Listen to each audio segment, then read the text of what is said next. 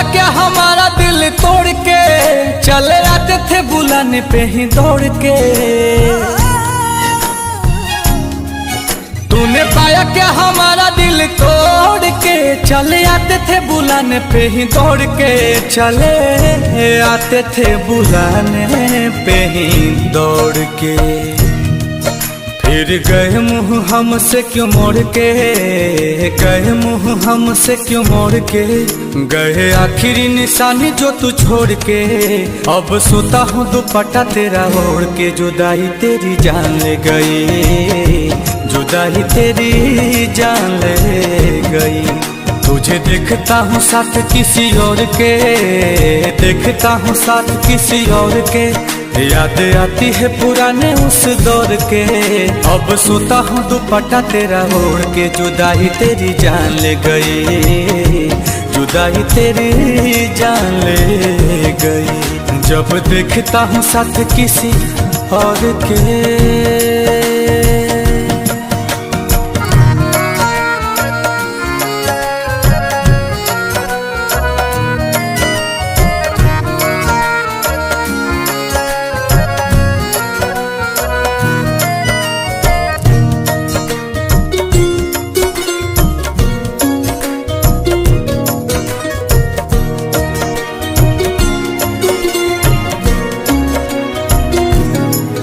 तेरी मेरी पहली वो मुलाकात थी, उस दिन से ही तू मेरे साथ थी।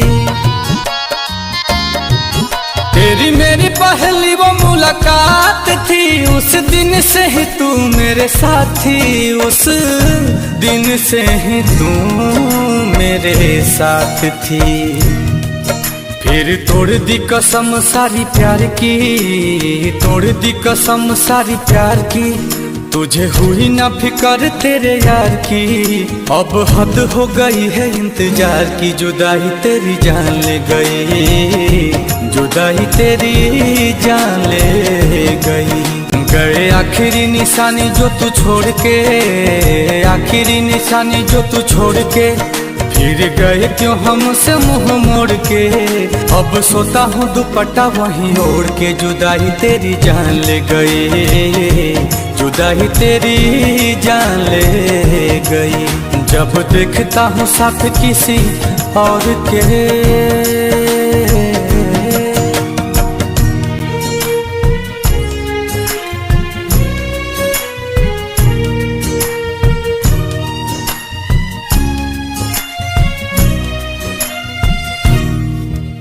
तुम्हारे बारे में अब कोई बात नहीं करते, तुम्हारे बारे में अब कोई बात नहीं करते।